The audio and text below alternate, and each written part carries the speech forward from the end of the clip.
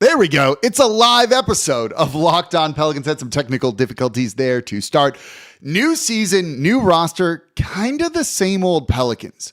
I'm going to tell you how the Pelicans beat themselves in the first game of the season. It's Locked On Pelicans. Let's go.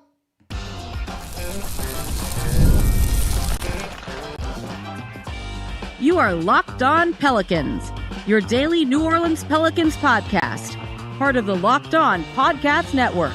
Your team every day.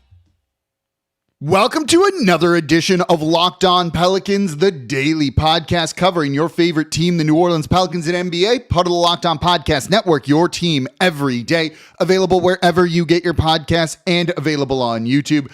I'm your host, Pelicans Insider, credential member of the media, Jake Madison, at NOLA Jake on Twitter. Here with y'all immediately after for a live show. The Pelicans lose 128-122 season opener against the Memphis Grizzlies. A disappointing loss. This was a game the Pelicans should have won, kind of needed to win, and really just lost themselves. So we're going to break down what happened in that third quarter, what happened with the defense. I want to look at some of the murky offense too, but yet a strong performance from Zion Williamson, a really great showing from Jeremiah Fears. We're going to cover it all in a live episode of Locked On Pelicans. And of course, thank you for making Locked On Pelicans your first listen today and every day. We are here Monday through Friday, the number one Pelicans podcast covering everything you want to know about this Pelicans team. So please subscribe wherever you get your podcasts, and join over 12,000 Pelicans fans on YouTube as well, where we are live currently. And don't forget, become an everydayer. It means you listen Monday through Friday to the Locked On Pelicans podcast. You can also watch us on the Gulf Coast Sports and Entertainment Network, same place you watch your Pelicans play. So the way the live show works here is I'm going to just do a regular show. I'm going to run through it. It's going to be almost 27 minutes exactly. After that, I'm going to hit the outro video. Then I'll hang out with y'all for a little bit, look at the chat, answer your questions. But let's run through the show first. So the Pelicans losing to the Memphis Grizzlies 122-128. Look, this is disappointing because the Pelicans were in command of this game. They had a 10-point lead going into the third quarter here, and then proceeded to immediately blow it by allowing the Memphis Grizzlies to go on a 19-0 run. You can complain about the potential travel by John Morant. It was a travel. You can complain and nitpick certain things here, but the problem is if you give up a 19-0 run, you deserve to lose the game. If you play transition defense like they played, you deserve to lose the game. When some of your best players don't show up, particularly in the second half, you deserve to lose the game. I'm not going to really talk much about what the Memphis Grizzlies did because this is far more about the Pelicans and how poorly they played than what Memphis did to dominate this game. Yeah, John Morant was good. Jaren Jackson Jr. in some minutes was good. But the Pelicans should have won this game. They could have won this game. This is not a great way to start the season. There are some bright spots. Don't get me wrong. There are some things that look good in this, and you can start to actually see a little bit of the vision here. But against a shorthanded already Memphis Grizzlies team, you can't do what the Pelicans did. And it starts with transition defense. This is where the Pelicans shot themselves in the foot repeatedly. In this game, the Memphis Grizzlies had 22 fast break points. That's unacceptable considering the Pelicans had a decent enough offense in this game. They weren't terrible. They weren't incredible in some of this, but they weren't outright bad. This is a situation where it's twofold that caused this. So part of it is on the Pelicans offense. If you're an everydayer, you know what I'm about to say. And this is why you want to become an everydayer, because we talk about these things on the show. You're going to get insight you can't get anywhere else here. If you fail to score at the rim, if you miss layups, if you miss runners, if you miss dunks and putbacks and all of that, you have someone immediately taken out of the play. And all of a sudden, your opponent has a fast break, and that is the easiest way to score in the NBA is in transition. And think about it. When Zion drives, from the three-point line, playing downhill drives and goes up with a layup and then misses that, his momentum carries him out of bounds on the baseline, below the basket, past the basket, into the stands. It takes a second to get back because your opponent is already running. In this game, the Pelicans shot terribly at the rim. 43% of their shot attempts in this game came at the rim. and they shot 55.3% on those shots. That's a terrible number. That's a terrible number. By comparison, the Memphis Grizzlies in this game shot 76.2% at the rim. That's not going to work here. If you're missing these easy shots, especially against a team where Jaren Jackson Jr. fouled out, where there's no Zach Edey, where Jock Landale is the big man down low, you can't miss shots like that because you gift easy transition opportunities to the Memphis Grizzlies. When you look at the transition numbers for the Memphis Grizzlies, they scored 173 points per 100 possessions in transition. That would have by far led the league last year. This is where the Pelicans lost the game, right? And I said it's twofold. It's not them just missing shots at the rim that allowed the Memphis Grizzlies to run. It's not even the turnovers that did it. New Orleans only had 14 turnovers in this. They were kind of fine in that regard, truthfully. It was Memphis running after makes. This is laziness. This is something we saw in preseason too. This is a team who, after they had a made basket, let the other team beat them down the court. That is unacceptable. That's unacceptable. This was a problem in preseason. We all saw this. I've called it out on the show multiple times, and it just happens in game one. You can't do this. You can't do this. We shouldn't be this fired up, but this is a controllable thing.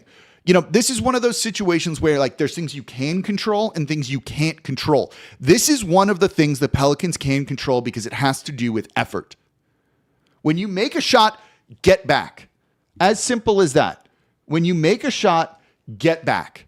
And they weren't doing that. You know, when you make a shot, the ball has to get inbounded. It takes a second to be able to do that. That's when your team can hustle back. When guys rip a three-point shot and guys aren't cutting back, whether it comes from the corner or elsewhere, that's a problem. That's coaching. That's on the players. It's not one thing. It's everybody here. But that is what killed them in this game. There were other things that killed them too, but this was a really big part of it, was the bad transition defense that was their own making. This wasn't like it was Memphis pushing the pace off of constant turnovers by New Orleans. They actually did a good job of not really turning the ball over a ton. This was just them doing their own thing. New Orleans turned the ball over on fewer than 14% of their possessions. Memphis turned it over 16% of the time. This is one of those things where this is an effort thing. The good news is it's fixable. The bad news is, do you actually think the Pelicans will fix this? I'm not as confident in that. We saw this in preseason. This should have been fixed by now. It wasn't. That's what lost them this game. That's where that 19-0 run came from, was them missing shots they should make and then just not getting back. And all of a sudden now, you're 0-1. Your starting center and Yves Missi is hurt. We'll see who, you know, what's that's going to look like. We'll talk about that a little bit more next.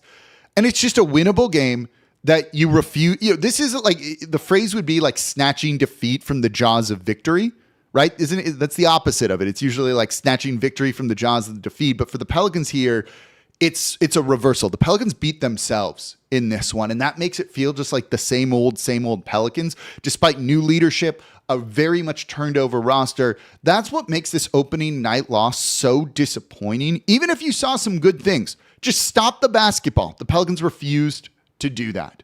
Really disappointing to see from New Orleans in this game. So coming up next, let's be positive. We'll get back to being negative a little bit later, but let's be a little bit positive because y'all, Jeremiah Fears, dude's legit. I'm going to break down what I saw from him, what made his debut so impressive. That's coming up here next in today's episode of Locked On Pelicans. Today's episode of Locked On Pelicans is brought to you by Mint Mobile. If you're still overpaying for wireless, it's time to start saying yes to saying no. At Mint Mobile, their favorite word is no. No contract, no monthly bills, no overages, no hidden fees, no BS. You can say yes to making the switch and get premium wireless for just $15 a month. Mint makes it simple. All plans come with high-speed data and unlimited talk and text delivered on the nation's largest 5G network. You can even bring your own phone and keep your same number and contacts. And I love that you're getting the same quality service you had before, but for a fraction of the price. And the setup is super easy. You keep your number and then you're up and running in minutes. So get ready to say yes to saying no. Make the switch at mintmobile.com/lockedonnba. That's mintmobile.com/lockedonnba. Upfront payment of $45 required, equivalent to $15 a month. Limited time new customer offer for first 3 months only. Speeds may slow above 35 gigabytes on unlimited plan. Taxes and fees extra. See Mint Mobile for details. Today's episode of Locked On Pelicans also brought to you by Rugiet. Let's be real. Making excuses, like the Pelicans here, doesn't solve anything. We've heard all these excuses before. It's just stress. I'm tired, or it happens to everyone sometimes. But when it comes to performance, sometimes your body just needs a little extra support, and that's where Rugiet comes in. Rugiet.com offers fast-acting, doctor-prescribed ED treatments designed to help you stop making excuses and start making moves. Rugiet makes it simple to get started. You connect with a board-certified doctor 100% online, so no awkward waiting rooms, no in-person appointments, and just if prescribed, your treatment ships discreetly straight to your door. So visit rugiet.com/lockedonnba to get 15% off your first order. That's rugiet.com/lockedonnba, and don't forget to use our code LOCKEDONNBA so they know we sent you. Rugiet, stop making excuses and start making moves.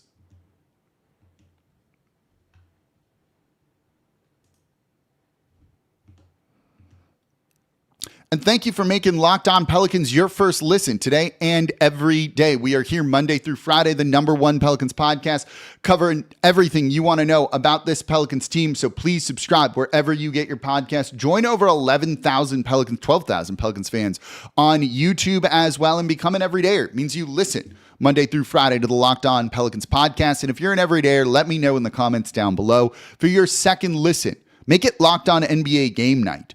Did you watch all the games tonight? There are a ton of them here. Locked On NBA Game Night, I'm on there every Wednesday, actually. It's covering every single game across the association, something only the Locked On Podcast Network can do with guest appearances by all of our hosts. Make Locked On NBA Game Night your second listen, especially on Wednesdays when I'm on there.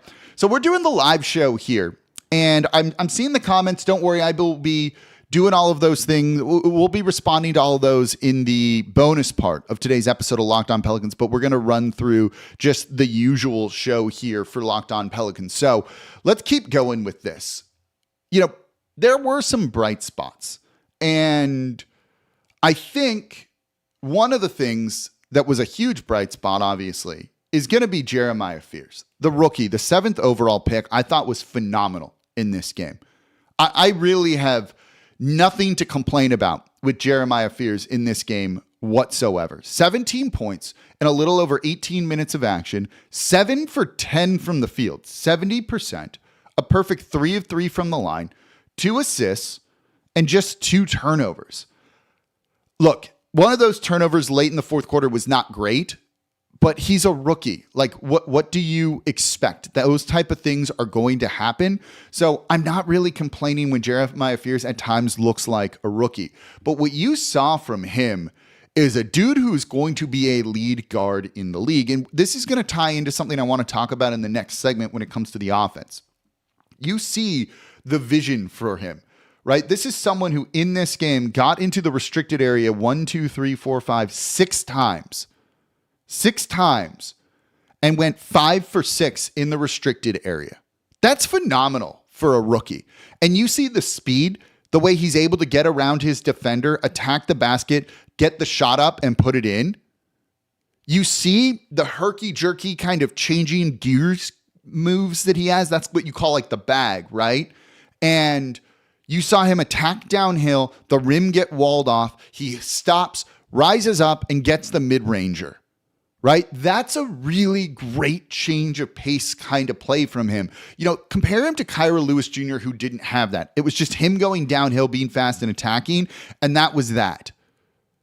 Here you see a deeper bag and a more advanced offensive game for Jeremiah Fears. And he's especially deadly in the pick and roll. And when you have players like Misi, when he's healthy, being a pretty good pick and roll big man, Trey Murphy, who can be a pick and roll lob threat too, the roll man there. You could even use him with Zion, even though that's not really what they do with Zion Williamson. You can see how deadly someone like Jeremiah Fears can be. He is really good at manipulating the screen and deciding on which way to go and how best to attack the defense. There are going to be some rookie moments. Absolutely. But you even saw him light up John Morant. John Morant, by the way, is not a good defender, so I don't know if that's the biggest thing to say here, but it's still kind of cool to be able to see the rookie do that. You know, the other thing that I talked about this week on the show, and then Antonio Daniels mentioned it on the broadcast too, and that is he's really good at using his left hand and his right hander, going to his left, going to his right. That's a really impressive thing. Guys tend to be dominant with one hand. You know, Zion can attack multiple ways, but really wants to finish with his left hand, and he's gotten better at that over time. Remember Julius Randle on this team? He just would always attack going to the left side because he was left-handed, and literally there was nothing to his right. It makes people really easy to defend. Fears already has got some ambidextrousness to him here. So it's really impressive to see the type of game that he has. He did not come into this game and look like a rookie at all. That's what was so impressive about Jeremiah Fears in this, right? He just went downhill, played his game, did not shy away from any matchup or the moment. I thought he was fine enough defensively too. I don't think he's going to be a good defender this year, but I thought he was fine, frankly. You know, and you could have made the claim, especially once Jaren Jackson Jr. fouled out, that they needed to put Jeremiah Fears in over someone like Sadiq Bey or a Herb Jones and sacrifice defense. Just get the guy who can attack the basketball here or attack the rim. And Jeremiah Fears really delivered on all of that.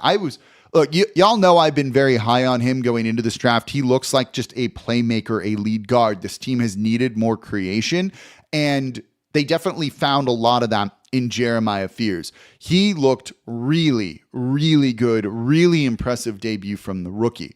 We also got to see Derek Queen minutes, and look, that's going to be important given the injury to Yves Missi here. Derek Queen in 14 and a half minutes of action. Look, it was a quiet debut. 3 points, 1 of 4 from the field, 1 of 2 from the free throw line, 5 rebounds, 4 of them defensive. He had a nice block, 3 fouls, and a real dumb technical that he just got baited into and shouldn't have done. We didn't want to have too high expectations here because Derek Queen was playing his first NBA action. He didn't have preseason. You know, even in Australia or against the NBA teams, it was just, hey, this is someone who was pressed into duty probably sooner than he would have preferred. Probably also because Hunter Dickinson, who was the first big man in off the bench, playing 4 minutes, 45 seconds or so, looked, those minutes were rough, y'all. Those minutes were really, really rough. I don't need to see any more Hunter Dickinson minutes, which means the backup big man duties, you know, really were going to fall to Derek Queen in this. It's tough to judge him after not playing any preseason. You know, so I'm not going to say much about it. I like the 4 defensive boards. You know, he's a big guy. I like that he took a 3 when he had it, even if he didn't make it. Like, it'll be fine. He might be the starting center by game 2, which is a slight concern. I don't think he's ready for that. I also question the fit next to Zion Williamson, and it looks like we might be seeing this sooner rather than later.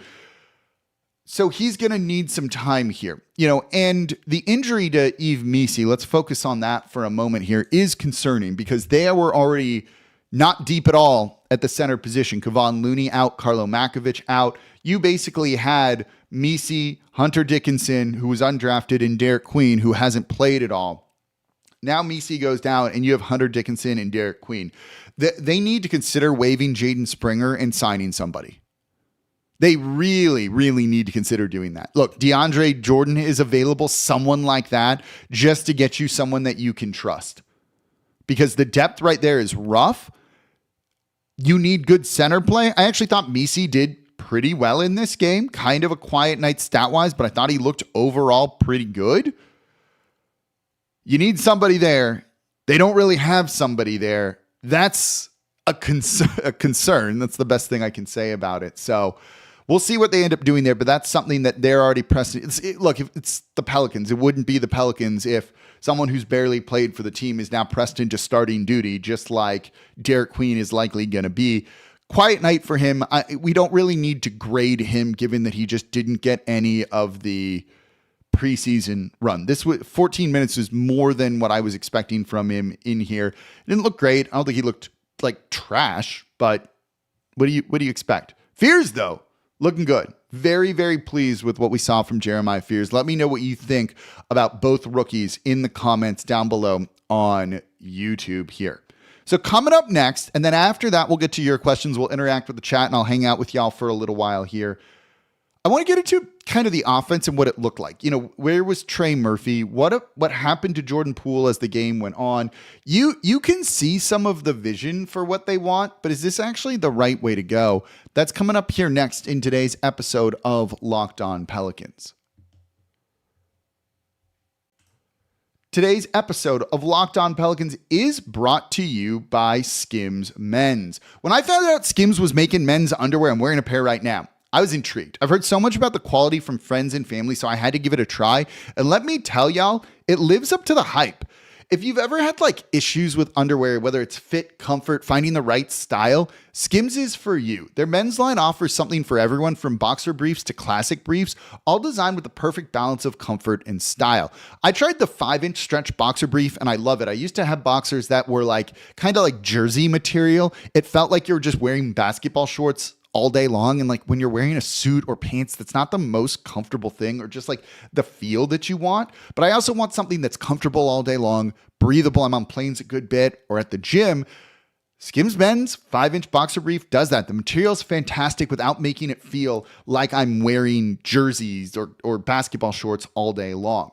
So shop Skims Men's at skims.com and let them know we sent you. After you place your order, select podcast in the survey and select Locked On Pelicans or Locked On NBA in the drop-down menu that follows over at skimsmens.com.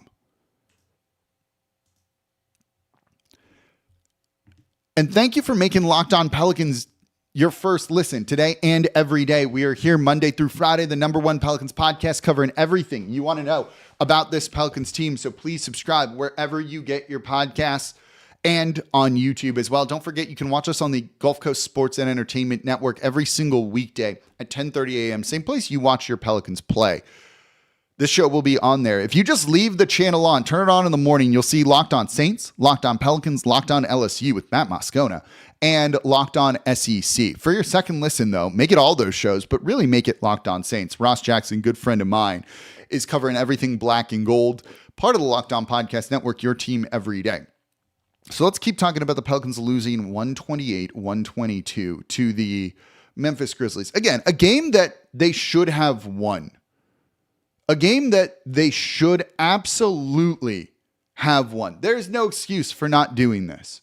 So they need to really look at this game and be like, here's some clear areas that we need to improve. And again, the good news is a lot of the areas that they the transition defense and all that, those are things that they control. There are things you don't control. If someone just gets hot and can't miss, you don't control that. This is stuff they can control and can quickly improve upon. That's what makes it okay, right? If you're a longtime everydayer, you remember the start of last season, I kept saying silver lining, silver lining, silver lining. Things only become silver linings if you actually use the lessons from those and improve in the areas that you need to improve. And one of the things the Pelicans did not do last year was you see an obvious mistake or something that can be improved upon repeatedly, and then it just never got better. If you don't improve upon this, that's a concern. And given their past track record, I don't necessarily expect things to get significantly better. That's what's so worrisome about seeing some obvious mistakes that we were able to predict, and be like, why didn't y'all fix that? Do you just have this inability to do that sort of thing? And at times it feels that way. And that's what makes you kind of not feel good about this loss here. It's why I'm not going to call it a silver lining. I learned my lesson, y'all, on that one. So let's look at the offense, though, here, I think, a little bit. Look, Zion Williamson played well. 27 points on 10 of 21 shooting, 7 of 12 from the line, 9 rebounds, 5 assists. The dude was unbelievable defensively. When he gets to play instinctual Zion Williamson defense, 5 steals in this one, that's when he's absolutely at his best. He looked good. It took him a little while to get going, but I think that's also partially by design of this offense. And here's where I'm going to pose a question to y'all. Is that actually a good thing? The everydayers have heard me talk a lot about creation. if you've heard me on the radio, TV, other places too, you've heard me mention creation, self-creation and creation for others. And the Pelicans have been lacking that in past years, but they really have a lot of that this season. However, you still need to rely on Zion Williamson. You saw a bit of the vision for the offense here, right? Zion Williamson, 27 points. Herb Jones, 17. Jordan Poole, 17. Jeremiah Fears, 17. Trey Murphy should have had closer to 20, 13 points. He was pretty rough in this game. You see the scoring duties kind of being shared around. Part of this is because this team is looking to kind of Zion-proof the offense a little bit. If Zion goes down, you have other guys that are capable of kind of being your number one guy or creating for others. That's an important thing. But shouldn't it have just been Zion early on and kind of build up a bigger lead? You know, Trey Murphy, they were kind of forcing the ball through him. He was 5 of 15 on the night. That's not going to be good enough. You need to see more from him there. You know, Jordan Poole started off hot and then really quieted down as the game went on.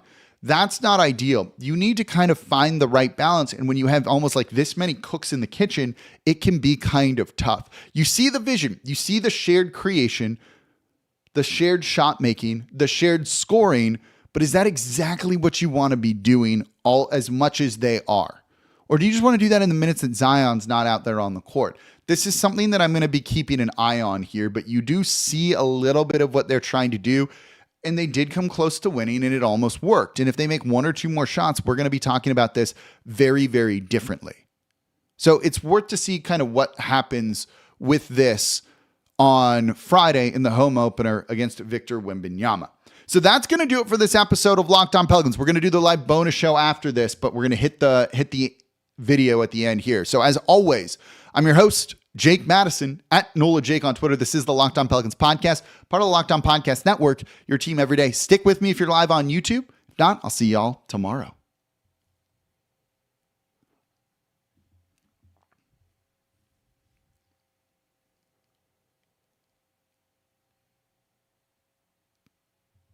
All right, we're back with Locked On. Let's call it Locked On After Dark here. I haven't done a live show in a little bit, so that truthfully wasn't my best, but I appreciate y'all hanging out with me here, filling up the chat. I see the comments here. Let's get to kind of what y'all want to talk about. I'll answer a lot of your questions here. I see Brandon63 says Queen is a bust. We don't know that yet. Like, let's not overreact that hard. This is a disappointing first game because it falls in line with what we've seen from this team in years past. And that's not ideal, right? But we don't, and that's why I don't think it's an overreaction to say that this is a disappointing loss, that this is something that, you know, normally you look at the first game, you're like, it is what it is. Don't worry about it. Queen, we don't know yet. He probably is going to be fine. It's literally his first game. So there is that to it. But the other parts that are kind of carryovers from last season, that's the part that's concerning here. So let's get into a couple more of y'all's questions here. Mike DeFlexta says Queen is going to be all right. Yeah. Tristan the Shark says, what do you think about the officiating, Jake? I mean, I don't care. Like, you gave up a 19-0 run. You gave up a 19-0 run. I don't care about the officiating. I don't care about the missed travel on Ja Morant. Control the things you can control, and if the Pelicans do a slightly better job of that, they win this game. So the officiating doesn't bother me really whatsoever when it comes down to it because of that stuff. I want to look at a couple of things. I have access to some like pretty intense, like almost secretive advanced stats and things that I can track now this season, which is going to really provide a lot of really great insight to y'all. I'm curious though to see where the Pelicans kind of struggled in certain areas, but I also want to try to find the transition numbers. Where is that? There we go. Yeah, Memphis was elite in transition, and New Orleans really, really struggled to stop that, particularly in, yikes, in the third quarter. They were not good in that regard. Same in the fourth quarter too. They really lost the transition battle, and that's something New Orleans just can't let happen like it did here. Let's see. Mike Metz says, any team with a decent center is going to kill us. I mean, maybe. Like, they have a decent center in Jaren Jackson Jr. I'm a big Santi Aldama fan, and it wasn't like one of those things where I thought that's what killed the team. It was their own fault on this. So I don't necessarily know if good or decent centers are going to kill New Orleans. Wemby is going to be a matchup problem, but I actually thought Misi did a pretty good job. So, that's something to kind of keep in mind. Arthur Cole says, how short is Willie Green's leash? Put it this way, it should be short. I don't know if it's actually short or not, but it should be short. Simple as that. This is a key season. You're trying to make the postseason. The leash needs to be short. If it's not, that's a concern about the way the team is operating, in my opinion. I'm not saying whether he should be fired or not, but the leash should be short, I think, here. Hey, it's Liam says, was there a reason Willie didn't play Hunter Dickinson after Misi went down? Yeah. Did you see how bad the 4 or 5 minutes that Hunter Dickinson played? He was a minus 12 in 4.5 minutes of action. No. I don't want to see any more Hunter Dickinson minutes. He was not good in this. I didn't think he was particularly great in preseason either. He's an undrafted guy. It's not like we're looking for him to be great. It's not that we're expecting him to be great, but I would rather just play Derek Queen. And those minutes when he was out there on the court were really, really rough, in my opinion here. Let's see. Yeah. Ross Goodrum says Queen was slow and unaware. He had a couple good moments. It's his first NBA action. What do you kind of, expect, right? I think that's going to be one of those things where it's going to take him a little bit of time. If you have Misi and Looney available, you don't need to put too much pressure on Queen. And in my opinion, there's already a lot of pressure on Queen just because of what they gave up to go and get him. But now he's got even more pressure. And frankly, that's not actually fair to him. And he shouldn't be put in this position, but because of the Pelicans' injury luck, as it often is, he's going to be in that spot. So that's rough and disappointing to see here, that he's going to be pressed into duty, but, trial by fire, I guess, in a sense, for Derek Queen here. So we'll see. It's a real interesting start to the Pelican season. That's new season, kind of new Pelicans, more of the same. I saw the Clippers score at halftime. I haven't seen what else it is. Oh boy, they're going to lose, and that is terrible here. Precious Achiuwa was waived. We should drop Springer. Something they should waive Springer now. I mean, guess let him fly back with y'all, but they need to waive him and sign another big man. They need some big man depth because you cannot play Hunter Dickinson. Simple as that. Sorry. Cody Arsenault says, every day you're here, love the content. Oh, I appreciate y'all listening. Look, I appreciate everyone who's been hanging out with me here, staying up late, watching this game, interacting with me, whether you watch the show every day or if you watch the show once a week. Just making Locked On Pelicans part of your day is something I greatly appreciate. This is my 10th year, the start of my 10th year doing this show. I've been covering the team for 16 years now. It's a lot of years. So I appreciate everyone who's been listening and all of that for a long time. Yeah, Fears is definitely ready.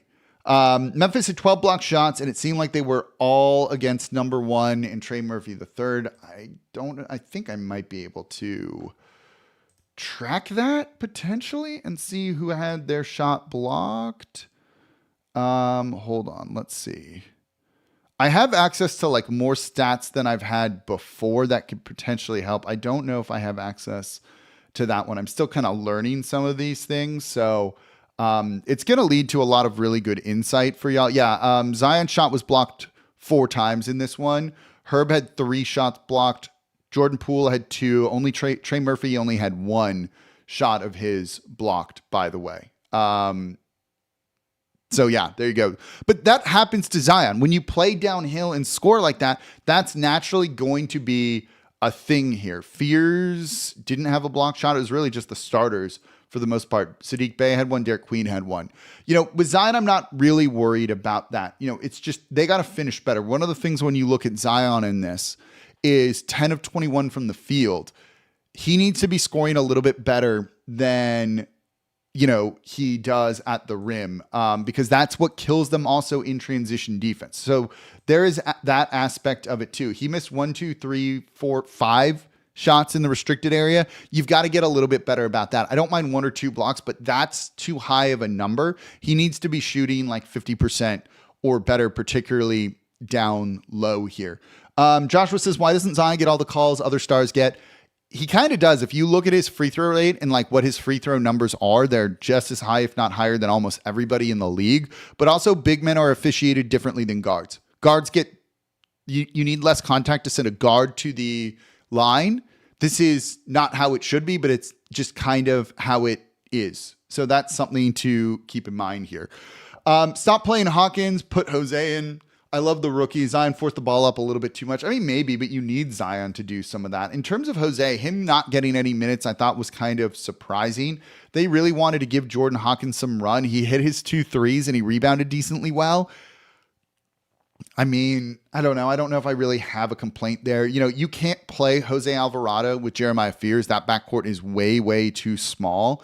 So if you're going to play Fears 18, 19, 20 minutes, that's going to kind of limit what you can do, at least until you get DeJounte Murray back, and then it maybe changes things. But that's something that you have to kind of keep in mind, that you couldn't play Fears and Jose together. So do you want to play Jose and Jordan Hawkins? I don't know if I like that any better. So, you know, right now it just seems like it's going to be one of Fears or Alvarado, though I do wonder if you're going to see more Jose in Friday's game here. Chris Calvin says, what do you think about the offense tonight? Felt like it was a lot less ISO ball than we've seen from Willie Green. I can actually give you the detailed breakdown on what their offense was like throughout the night here. Hold on. I got all the detail plays. It's really cool now in terms of this. So in terms of isolation, do I not? Oh, I won't get this until tomorrow, probably. They were really active in the pick and roll, which I really, really liked. It's missing. I don't have all the stats yet. I'll have to share that with y'all a little bit later. I have access to Synergy Sports this year, so that gives us a lot more insight into things than I've like truly ever had before. And so that's intriguing. So the Pelicans only had 11 isolation plays. Keep that in mind. 11 isolation plays. They were not good in that, but neither was Memphis here. It was really other things that, you know, kind of got it. I thought the offense, truthfully, was kind of fine. I really didn't see a huge problem with it. I don't love the kind of dribble handoff offense that they had at times. That wasn't ideal to me. I'd like to see more pick and roll ball handler. New Orleans did a not great job with that. You know, that had to do with them kind of just missing bunnies at the rim. If they make some of those shots, this game looks completely different. So keep that in mind with it as well. So we'll see. Yes, Fears has no fear. Paging Jeremiah Robinson Earl, no, that's definitely not it. I don't know if Bol is the move. I know everyone wants to see Bol, but look, like maybe it wouldn't be the worst idea. Something, right, is kind of what you need here.